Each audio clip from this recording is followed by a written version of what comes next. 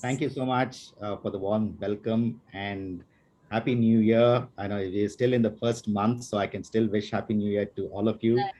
Uh, and I am hoping each one of you are safe during these unprecedented times.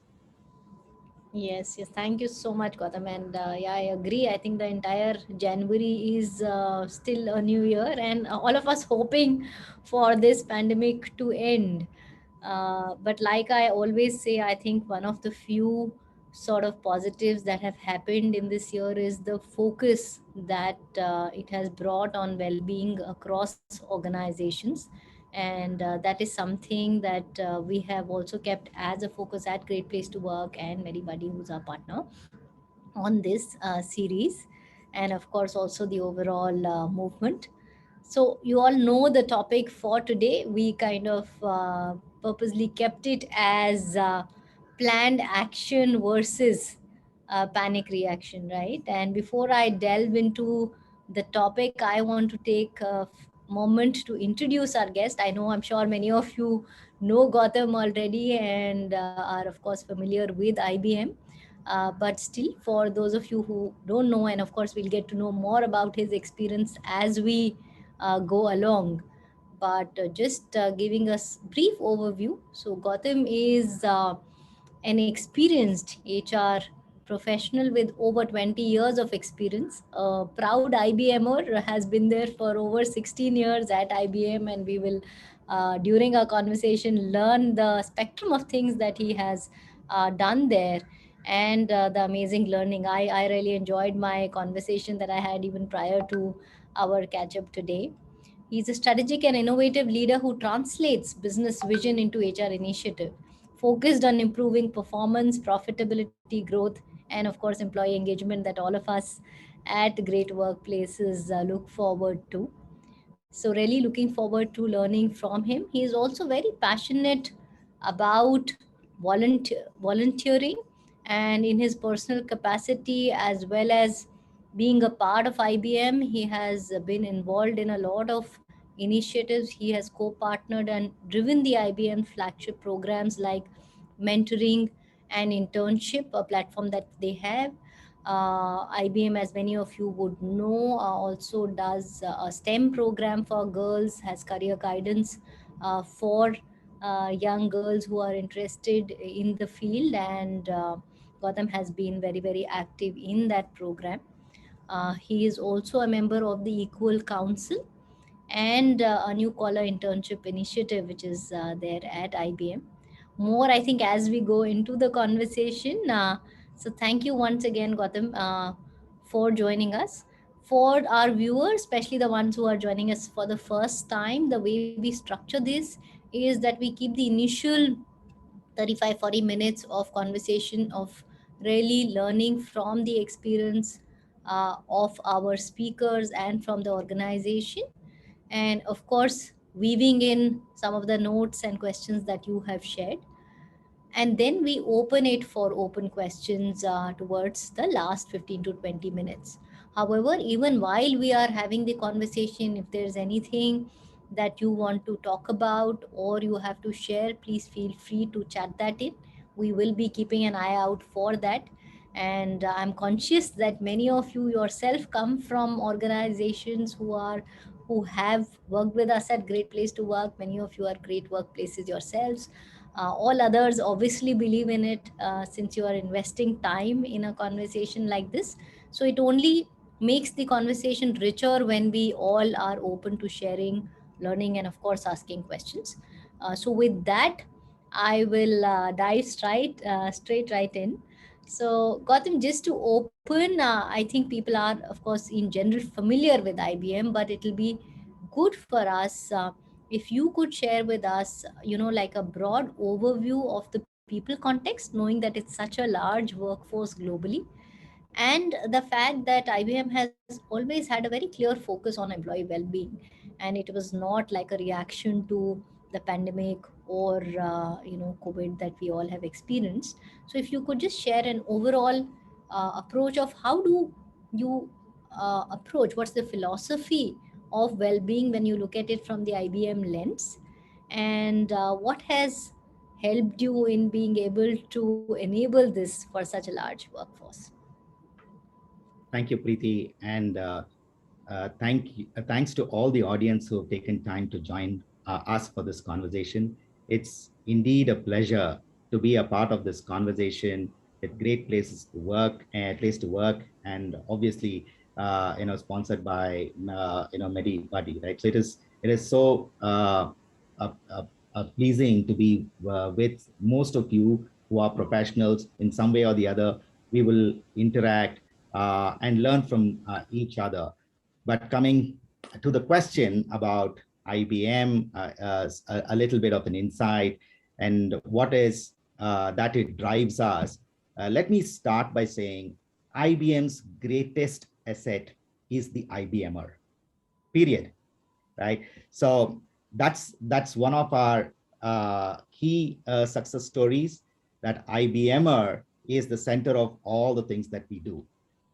It's the people and the culture of co-creation. Having people with the right skill sets is critical to help an organization succeed. Individuals who work together and co-create forge better partnerships and in turn deliver better outcomes. IBM has a long tradition of excellence in employee well-being and safety. We have co-created our culture in four key areas: growth, inclusion, innovation, and feedback. IBM is well balanced of its history, legacy, and transformation. Now, I just want to refresh some of our own memories to say that why IBM, plus 100 plus years of its history, and what is that it has changed in driving culture, and not just for IBMers, but across the world. Our first disabled hire was in 1914. Oh, wow. In 1916, we brought in the employee education program. Okay.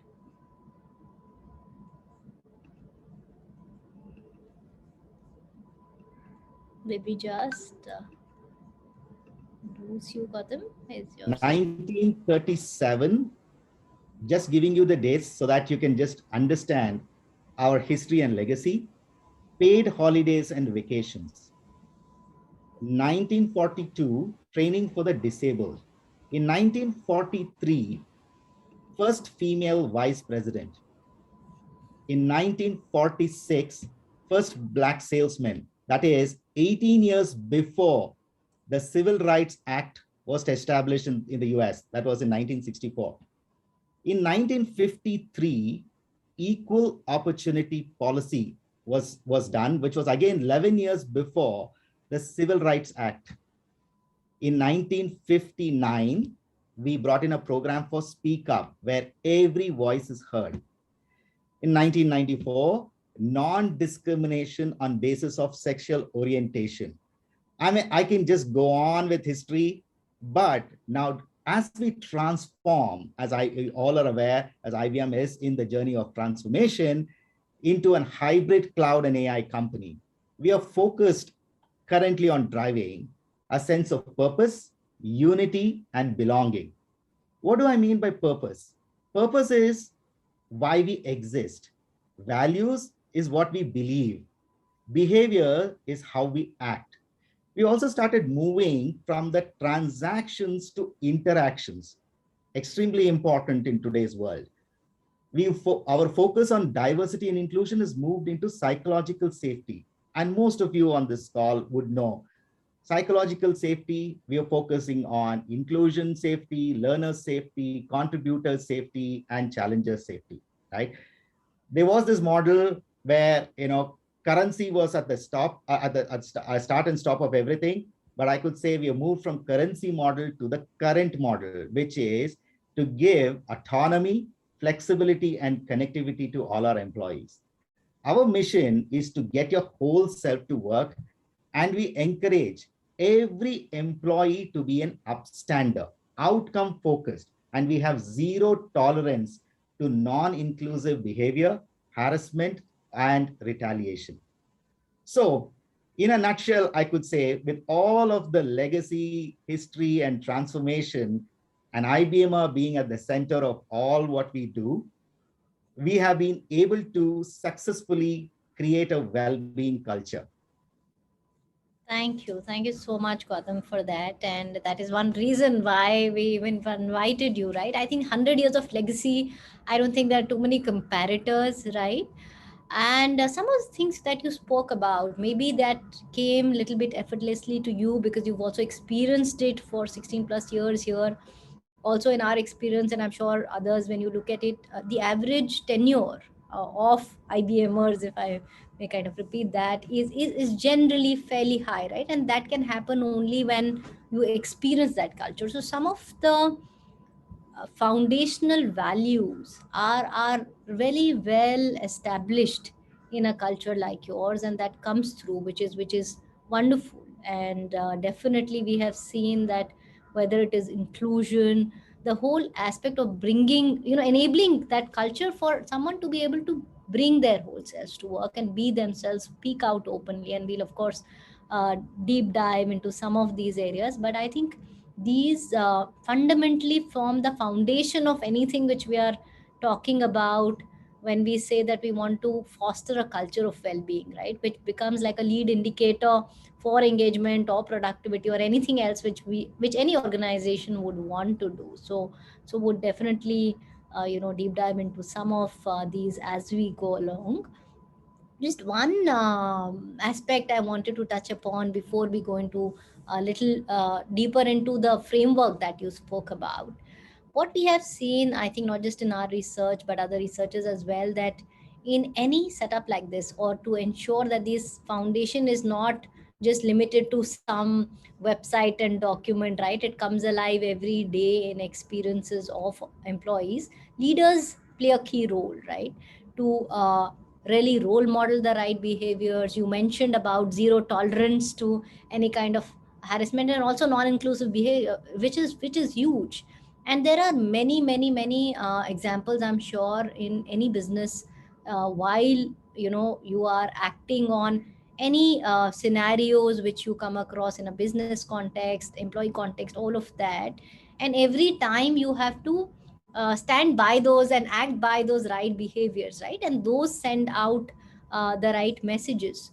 So I just want to understand that when you have such a huge workforce, how do you how do your leaders really role model this day on day? Do you have any structured program which ensures that leaders, managers across levels display these behaviors?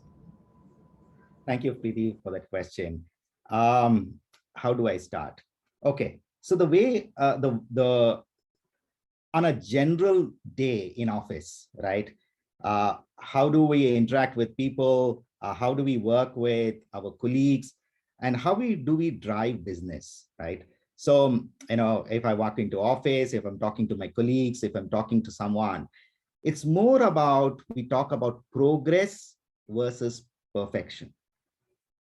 So when we have that mindset of starting to move to one step towards progress and not really care too much and bog down about perfection, we've already started taking the right step. Of course, there are many programs, that enable a lot of our leaders and employees, to walk the right path and have the right behavior set. But let me give you some context. We are a technology company, and let me start by giving you some context around what we do. Let's say, for example, a skilling program, a training program, or learning programs. All of these programs that we have, be it soft skills, etc., across all our portfolios are absolutely free for our employees. So in fact, when we just looked at our tech skills alone last year, we had over 2 million hours of learning completed by our employees. All self-learning. There is nobody to push them to drive learning, but it is the growth-minded behavior that has helped us cross 2 million hours of learning by themselves. Along with that, what guides all of our culture is we have about 3,000 active mentors as we speak. And we have about 14,000 coaches who are volunteers to help other fellow IBMers, right? And most of it is that it's not always the top down approach. Anybody in IBM can be a leader. I can give you numerous examples, right? Where I spoke about volunteering myself, but in volunteering, anyone can volunteer and lead a program. You're a leader by yourself. There is reverse mentoring that IBM always pushes. Somebody who is just new into the system, brings him a lot more expertise, can actually coach a senior person in IBM, right? So therefore, it is not always top down. It is, like I said, IBM, does this for all of the rest of IBMers, right? So it is all about co-partnering and networking. And it's so important. I know we will touch on in our conversation, that is feedback fuels outcomes. That's what we believe, right? In all of these interactions that happen, there is so much of feedback that our processes automatically starts evolving and start developing, right? IBM's corporate policy on responsibility for employee well-being and safety, it's a policy in itself, right? So therefore, it is like a guided principle which is already engraved as people join us. Our wellness engagement is for the complete employee life cycle. It is not that when somebody comes in or somebody is in duress that you have a program. It is a part of our entire employee life cycle. We have a one-on-one assistance program. We have been driving it for the last 15 years free of cost in India. So we have a lot of sessions, and we also can certify ourselves with mental ally badges, diversity badges, be equal ally badges. So there are a lot of content which is available, and you can also badge yourself and put yourself as a thought leader, on social platforms. So all of these things are very ingrained. But when you look at, let's say, mindfulness, it's just not one thing, right? It is about the body, it is about your mind, it is about financial well-being, it is about flexibility, it is about community well-being, right? So there are so many things that help us and our leaders actually participate in all of this as a given, right? And that's why it's so important. Leadership comes as you start giving. And as most of our IBMers, we always proudly say that we care, not just for ourselves, but for the whole world.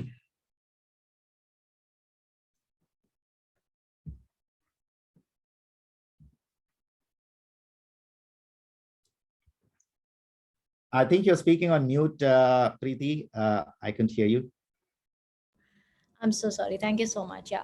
I was just saying thank you so much for that context, and for our viewers also, it must be resonating that we are not talking about one specific wellness initiative or a program which is direct, physical or mental health related, right? While all of us have tried to do that, especially in the last couple of years, some of the things that Gotham mentioned. And I love the whole aspect about progress versus perfection and all other things that you mentioned. So it's these guiding principles, because when we talk about holistic wellness and how each of us feels, and we are talking about burnout, we are talking about stress, anxiety, these are all rooted in what is my experience on a particular day, how am I feeling, what's my environment, am I comfortable telling my manager or leader if I'm undergoing stress, or if I don't know, or if I need help.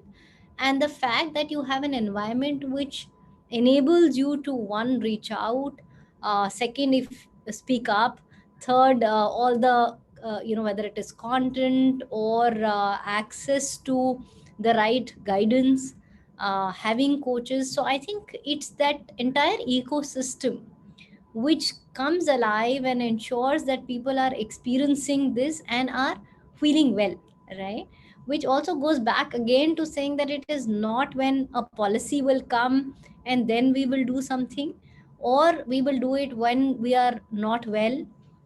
So well-being is all about not and I think we've all heard this enough, that it is not the absence of illness, it is about just overall feeling good about ourselves and feeling healthy, happy, and productive is going to be an outcome. So really amazing to hear what you shared, Gautam, and would love to, I think, I'm sure, go into other aspects. So you talked about how leadership is not, by a badge, right? So anyone can be a leader. You can pick up an initiative, something gives you happiness, or you are good at something, you can just step up, and the environment allows you to do that, and that, I'm sure, affects not just your personal well-being but of the people you interact with, whether it's your team or peers.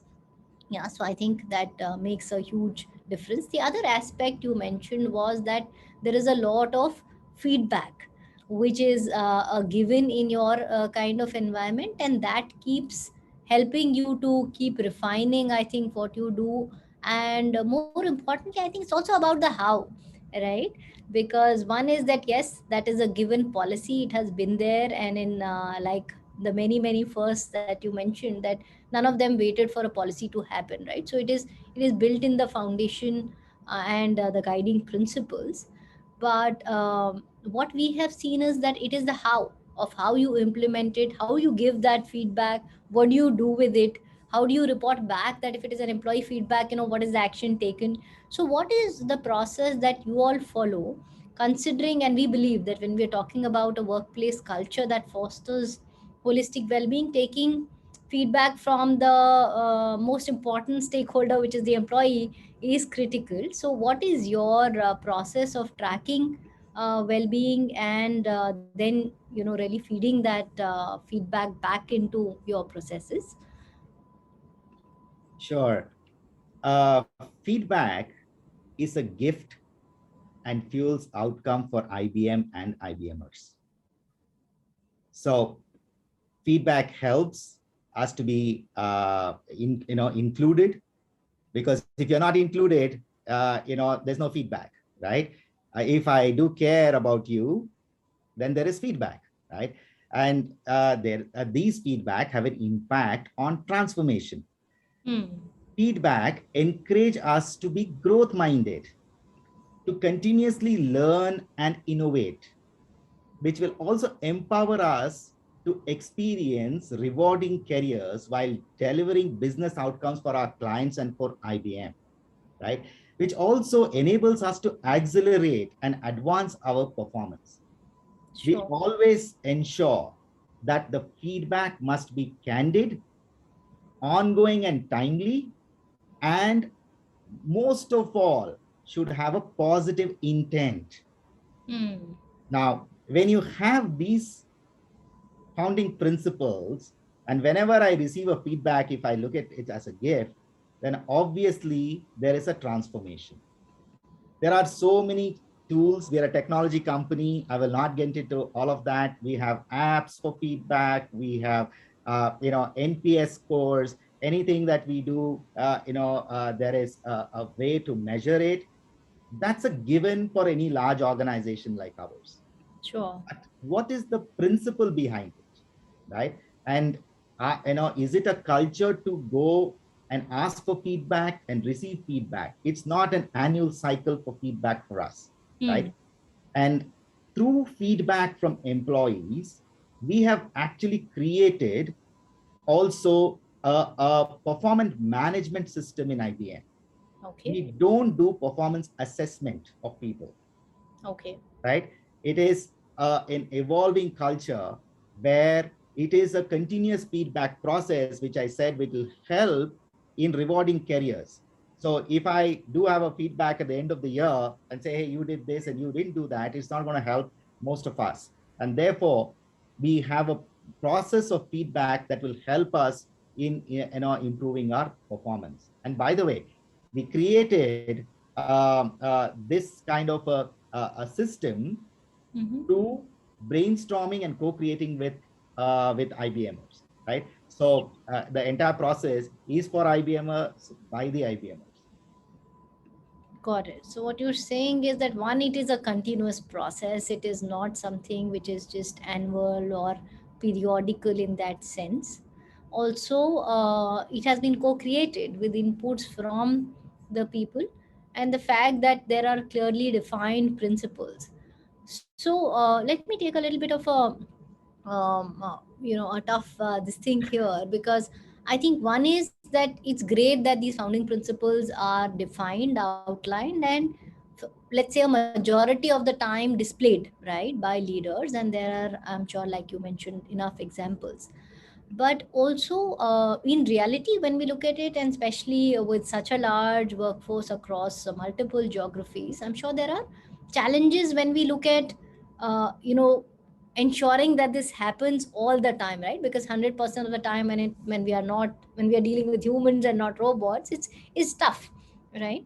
So what are there any examples which you could share, maybe not really deep diving into anything confidential, but just to say that what were the typical challenges you saw in ensuring that this is really done, or these principles are lived by all the time? Or what would you do to, let's say I'm a new leader, I join IBM and I believe in the principles, but maybe when I have to act here, one, I think the mentors that you talked about, 14,000 plus, I'm sure I can reach out to help. Are there any other things that you saw that these were the challenges? And if there are some organizations who want to start on this journey, what could they be mindful of to ensure that this is something we are able to practice consistently? Thank you. Again, there's no straight answers, but what I can tell you is, because of the legacy and history that we have, right? Uh, it is it is always you learn from each other, right? Hmm. All of us learn from each other. When we start looking at right behavior sets, we all appreciate it and we start learning from them, right? We have IBMers who have spent, I can say a lifetime with us, right? So when we start working with folks who have been in IBM before, they demonstrate those values.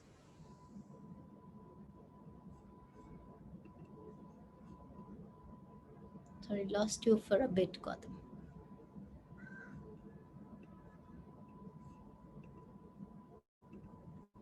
It can happen at home, right? When you are at home, there is a certain set of behavior practice pattern that We is always lost you there. for the last like 2 minutes. If you could just repeat the last bit, we kind of, your screen froze for a bit. Oh, is that? Can you hear me now? We can Am hear I you. audible? Yeah, yeah. Okay.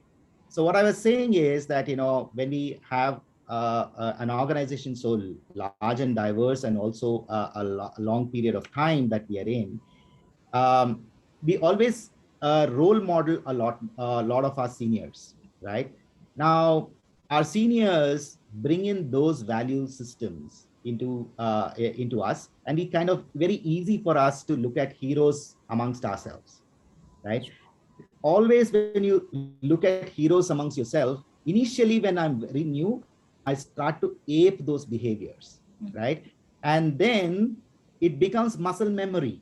It's like it's a rub off on each of us. When we start doing the right things, you continue to do the right things. Let's assume there is a pattern which is broken. When there's a pattern that gets broken, there is always confidentially speaking or speak up in IBM, where any employee can go and raise a concern, and those concerns gets immediately addressed, Okay. right? So it is very important for us to understand this, right? I was in fact yesterday talking to one of a very senior colleague of mine, and then been with IBM for about 31 years.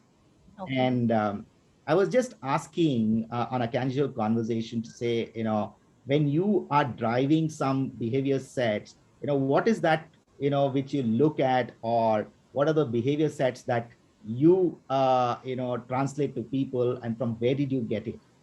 So he Hmm. was saying that when he joined IBM, he saw those behavior sets from his managers, and then he started learning from them, and it's started becoming a practice.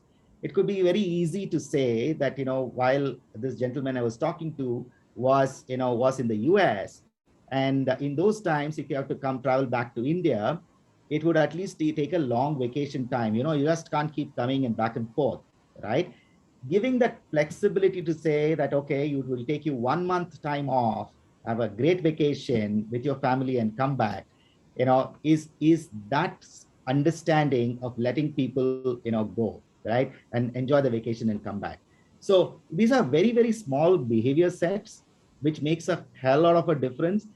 The huge difference of being a coach as just to teach a task versus a caring coach is a huge difference, right?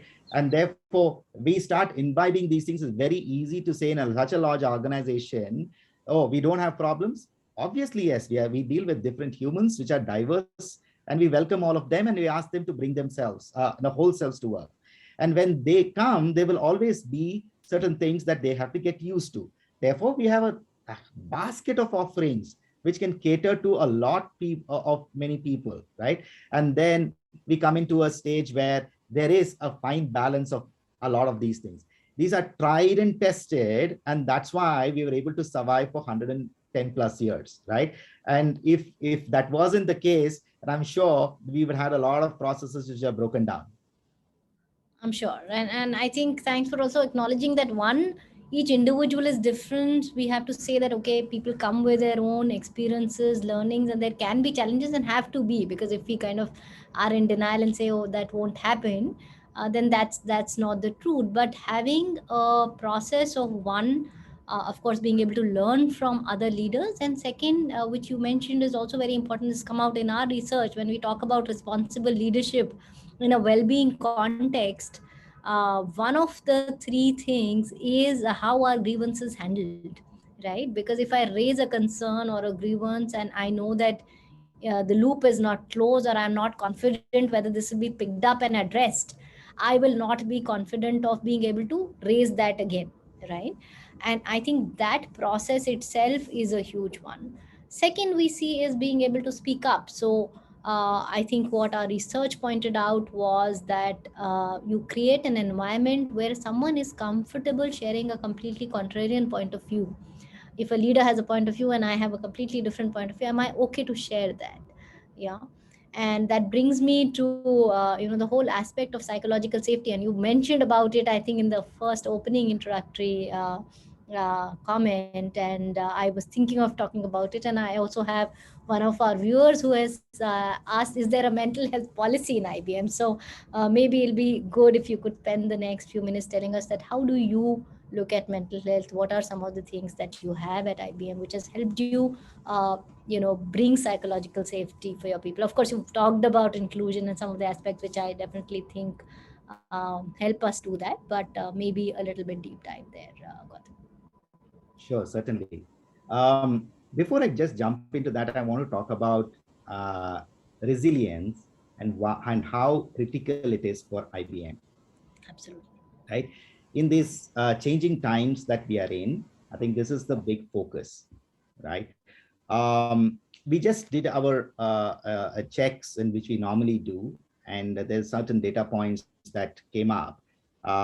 What is the risks that we are seeing currently, right? Like I said, we are a technological company, and then we have a lot of technology to help us with all of this, right? 25% of our folks, were in experiencing burnout, anxiety, which is real. There were certain sleep issues, which is also certain, and real, right? There are cases about, who also were depressed in the last 2 years, right? There was, and when we started having a holistic way, from our learnings from the past, and obviously improvising on technology, we have seen a 23% improvement in overall resiliency. Okay. Okay, And how do 20, you measure this? yeah, so 24%,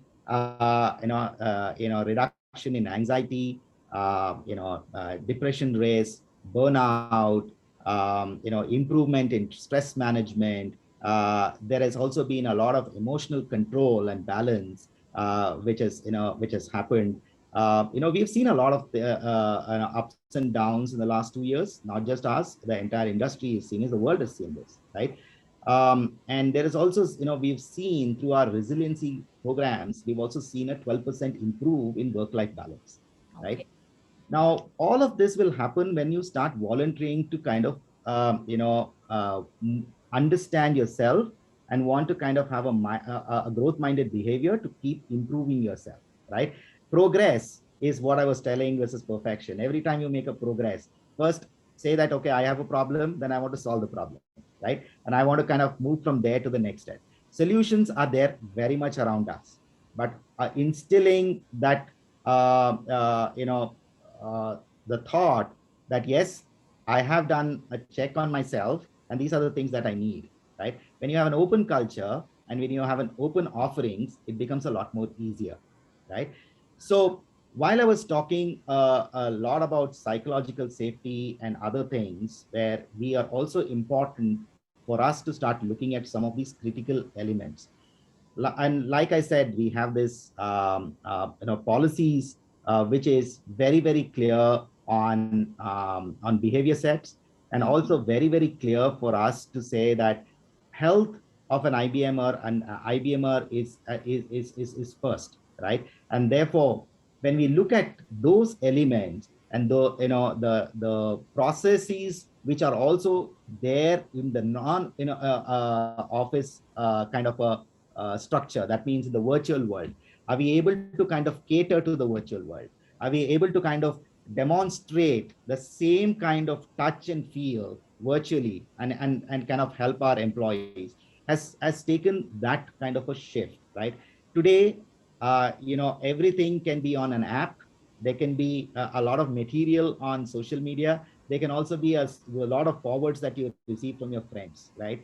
So there is, information is in abundance, but how you kind of filter those information which is useful for you, and how it helps you at your home, and how it helps you at your work, is what we try to get together. And that's why holistic well-being is what we push forward as priority. Sure, sure. Got it. And in terms of, I mean, you mentioned about ensuring that that environment is available, and also in the current context, right, where most people are either hybrid or complete work from home. Of course, apart from, we know that there are quite a few people in the audience who are, either from manufacturing setups who didn't have the luxury or the option to really work from home, or our frontline workers in essential services. But I think realizing that the nuances will be different based on the context, and then ensuring that the right sets of behaviors, uh, the facilities, etc., are available. And also you mentioned about that if somebody needs that time off or needs that help, that is something that is tracked and made available to people. Are there, have you seen any like we said, that I think if I look at the usage of mental health benefits pre pandemic were extremely low in India Inc. I think they were under 3%. And over the last year and a half, we have seen this go up, which is positive. But still think, I think a long way to go as per WHO and other data points who publish this data. But from your experience, what has worked for you to sort of encourage usage of some of these, where some stigma still sort of exists? So are there any things which you all have experienced which have helped you to encourage usage among employees? Sorry, I lost you a bit. Usage of what? Usage of any mental health related benefits, right? Because the stigma still sort of stands. And while we say, I think, in all organizations that these are, of course, confidential and all of that, but just in terms of, one is, of course, saying that yes, these are available, right?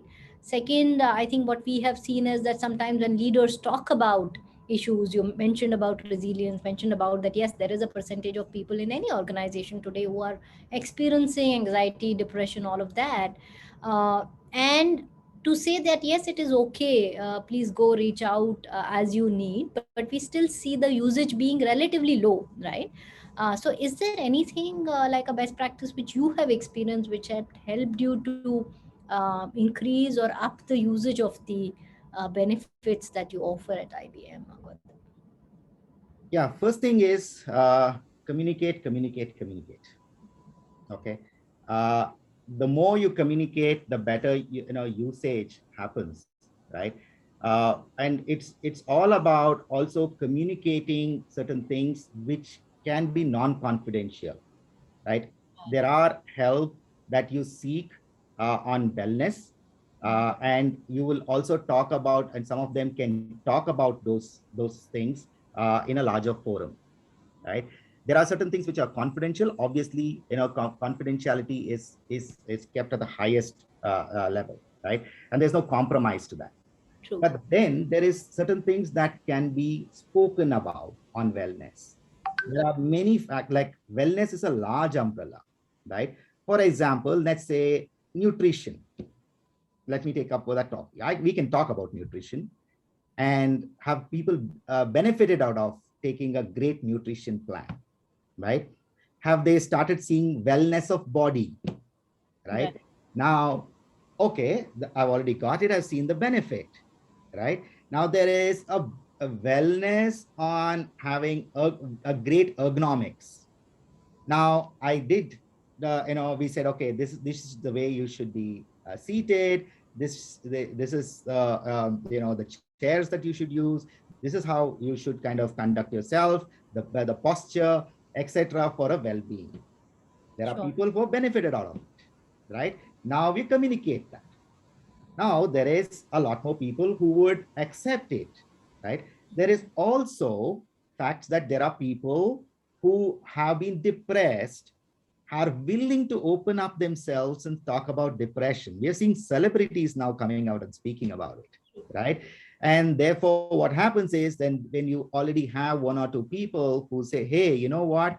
I was going through this, and then this program in IBM did help me, right? So it's not always necessary that we talk about certain things that is in some way, quotes unquote, confidential.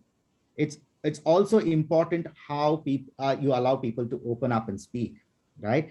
Now when you start, that's why I always say that progress versus perfection. Always now you start making those steps on progress, we will always see the transformation which happens. Do we have a wellness program being greatly utilized by our employees? Yes, humongously, right? Do we use our elderly care program? Yes. We have a lot of people who sign up for elderly care. Isn't that a wellness? It is a wellness, right? Child care programs, isn't it a part of wellness? It is. Inclusion, our leave policies, for instance, right? IBM does not have a cap on its leave policy at all. There is no cap on our sick leave policy, Yeah. right? And then we trust our employees so much, and you've seen in many places, there's no badge in and badge out, right? So there is a huge trust factor that's there. And by the way, I know in our audience we will have a lot of people who might be from manufacturing and other industries which are essential services. And by the way, IBM, as being an IT company, is also an essential provider, service provider, right? So therefore, we also have employees who, and by the way, I'm in office today, right? So we are people who come to office and work from office, right? So we do have people who have to be essential to the world, and therefore we do appreciate why it's so important to see safety as one of the biggest parameters when we bring people to work.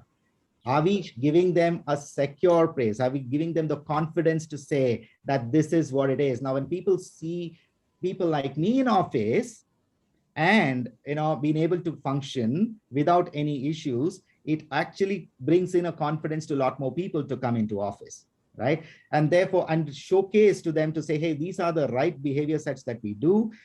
We have all the protocols in place, and any exigencies, we also have actions that can help you, right? So Like I said, well-being is a quite a big subject. When we start looking at taking baby steps towards it, and then we can slowly start moving towards mental health if it's a taboo. And by the way, I think today's world, the new generation really don't see it as a taboo, but they also see that it's will, their openness to speak and also to seek help. Now we can see that very often.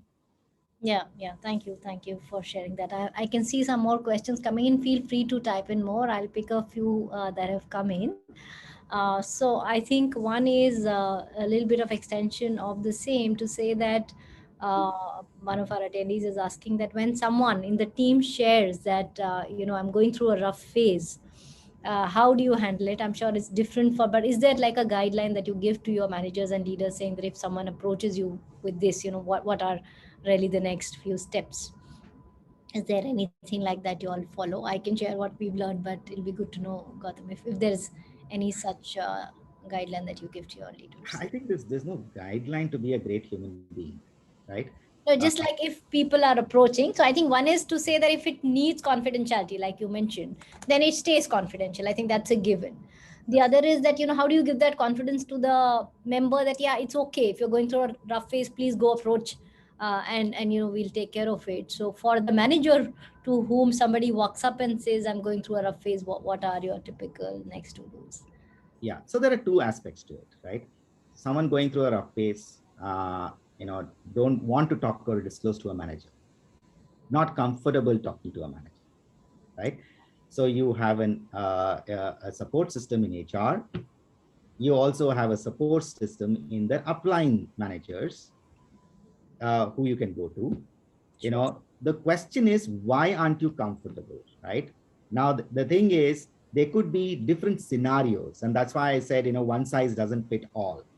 True. Now, if we have to look at a scenario where somebody is not comfortable, there could be an individual, issue, but then you have alternates. Yes. Now, have we given an avenue for alternates? The answer is yes, right? Yeah. Do people exercise that? The answer is yes. If they feel uncomfortable for anything, you have a program called Speak Up, or their voices are heard, which is extremely confidential, right? And we have a very strong HR team which stands in and hears out their employees at, and there is a two-way conversation that happens and helps the employee, right? So that's why I would say that you may not probably get the answer which is what you're looking for, but I would say it's a holistic way if you have to put into practice. If there was an individual grievance, how is it going to be handled versus a holistic? Are we creating an atmosphere where everybody is welcome? And like I said, zero tolerance for harassment. When you have these zero tolerance policies, I think it becomes very easy for people to stand up and open up. And like I said, conversations and conversations and conversations. There is no other stop. And today, when you are in the virtual world, the circle of trust, communication, and cooperation is so important. And while we do that, I'm sure a lot of things gets addressed. And I do believe it's very easy to say it. It's difficult when it comes to individuals, and so diverse with such a large operations across the world with different countries that we manage. It is always important to put in the right perspective. When we put the right perspective, it's easy to solve problems. Sure. Thank you. Thank you so much. And yeah, each context varies. And we have, before I go to some of the questions which have come on the other panel, I can see something on chat also. Anuja, you are mentioning that as psychologists, what more can we offer in the area of well-being apart from therapy and mental health, webinar, workshops, and you put a question mark. So I think I'll request Gautam. But before that, I think what we have seen, right? So one is, of course, you should definitely, and something which he just mentioned, that are there alternatives for people to reach out to, right? So, and this in fact is a principle we see applied to communication in general, right? It may not be well-being or mental health related only, but in any organization you have to have an option of one to one, one to many, anonymous, skip level, all of that. And I think in this case, of course, also therapy and practitioners, certified practitioners. But apart from that, I think which is an important one is really sensitizing and enabling your managers and actually everybody. So your webinars or the sessions that you do, one is for everyone to say that if a peer or a colleague or someone is going through, what are some of the things we can do and what are some of the not to do's, right, which we should learn from practitioners. And I think that's important, both in terms of inclusion and overall well-being, right? Because if, let's say, somebody is undergoing depression or and wants to talk about it, what are some of the things we should avoid? And these are things we've all learned, especially who are non-practitioners, right? And second is maybe having at least some specific programs for your managers, because it's just tougher for them, especially in the last couple of years, right? Because one is how do they manage self, because they are humans too, and then how do you manage teams, and are we equipping them with some tools, some coaching, some reach out, that if they have team members who need this, what should they do? So most organizations would have some programs. We run a few master classes for design for managers and leaders as well. So I think that's something you should invest in. Gautam, if anything you would like to add to that. Yeah, I would just say I think humans are the most adaptable creatures in the world, right? We have seen that in the 110 years of IBM. I know world has been seen a lot more stuff than an individual company or an organization. But what I can say is, in the 110 plus years itself, what all has gone down? There are a lot of natural calamities. There have been world wars. There had been a Great Depression, a recession, which has happened. There are so many things that has happened in this world, and the human spirit always, wades through many of these challenges, right? That's always there, as a most adaptable creatures that God has made. Now, when we put some of those things together and then say that, we have great learnings and teachings, and we focus on psychological safety when we talk about we have to be included, where people are feeling safe to learn, safe to contribute, safe to challenge the status quo. Now, what do we do in IBM? We actually encourage wild ducks. We call them wild ducks. Okay. Okay. So, we need wild ducks to kind of get us great ideas, challenge the status quo by asking, why not?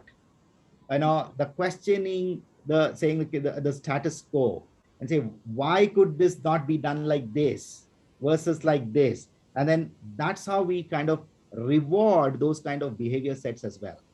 And when we encourage wild ducks in IBM, and also reward wild ducks, it creates a sense that we know we want to be curious, we want to kind of learn, and we also want to kind of experiment, right? So there are all of these things which actually help an organization move. And most important I know I had a question from the audience. Um, there is everything that is offered is good help, to employees.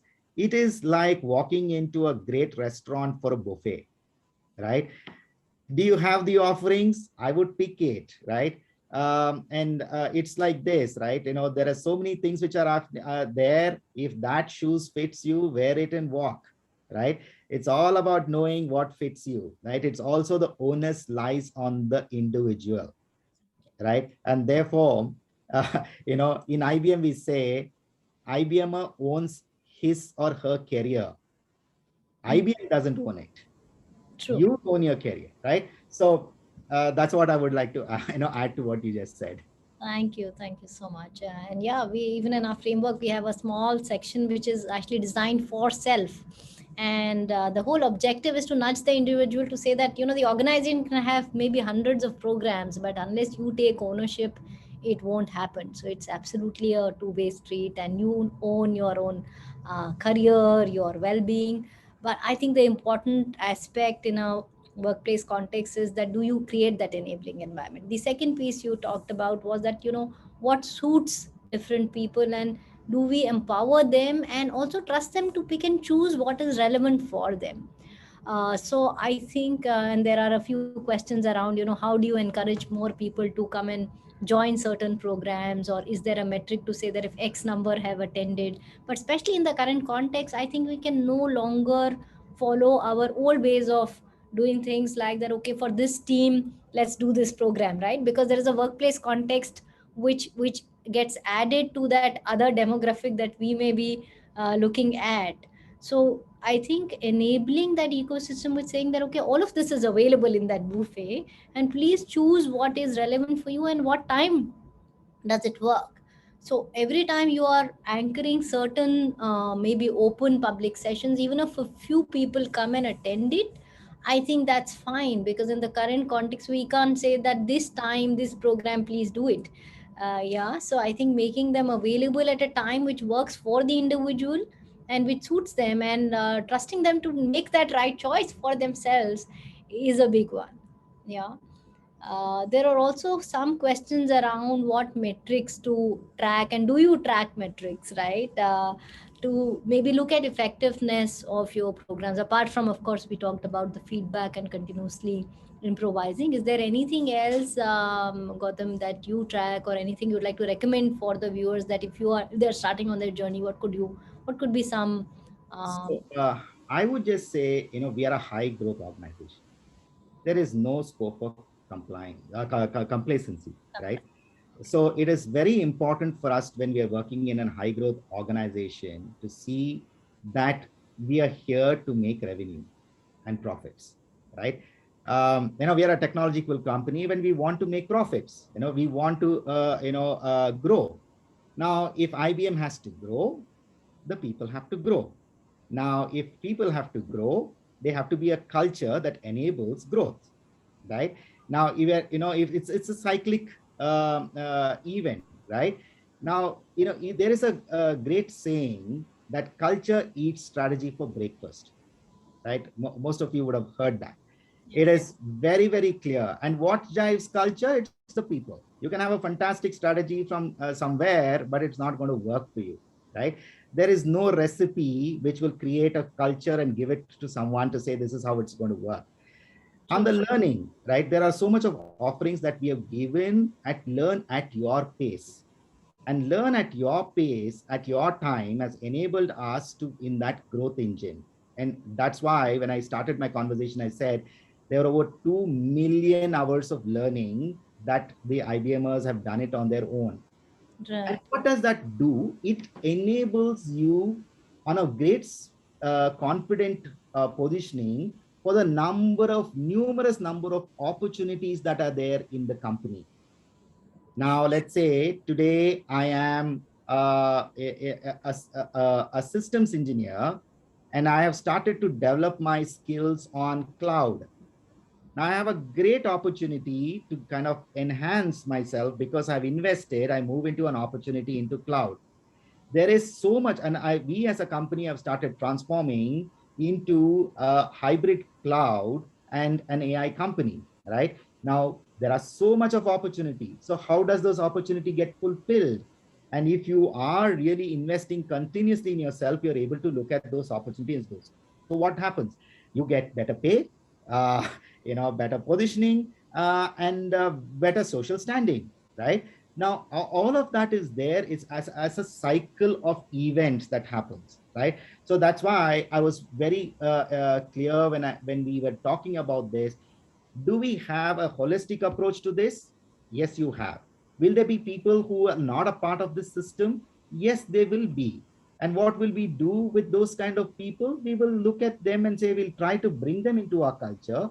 If it works, very well. Otherwise, they always choose their own path, right? Sure. So therefore, it's important for us to kind of fall in that perspective, and then things really work very well for all of us. Great. Thank you. Thank you. So I think if I had to summarize, we're saying that one, of course, have your founding principles very clear.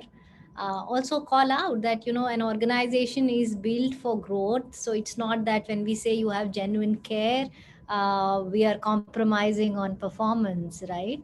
I think calling out what we believe in, the purpose, enabling the environment which you spoke about, but more importantly also very clearly, uh, not just communicating but also demonstrating again and again that what are non-negotiables. So the zero tolerance you talked about on harassment, on anything which does not is not acceptable, is extremely important, because those are the right messages that we send. And while I think we spoke about that, yes, you'll be better paid, you are growing, you feel good to be a part of a growing organization and a culture. I think the other important element around well-being is that a lot of what we spoke about today and even in our previous webinars is that if you believe in well-being, it's not that you can do this only when you have a large budget, right?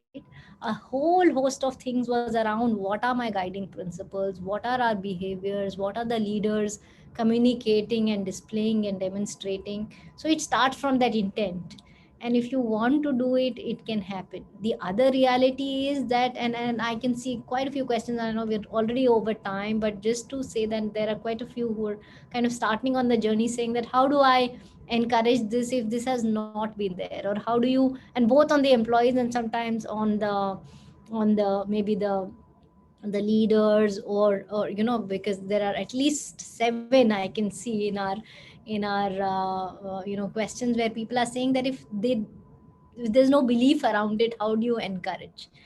I think the reality is that it is actually almost commonsensical, right? That if you're not well yourself, how will you ever deliver? So, if you want a bunch of people to come and work with you in an organization, however small, whichever industry structure size it may be, if everyone's not feeling well, nothing else can happen. So, this is an absolute must do and actually a non negotiable. So, I think that's something the sooner we realize and not wait for a pandemic to make it happen.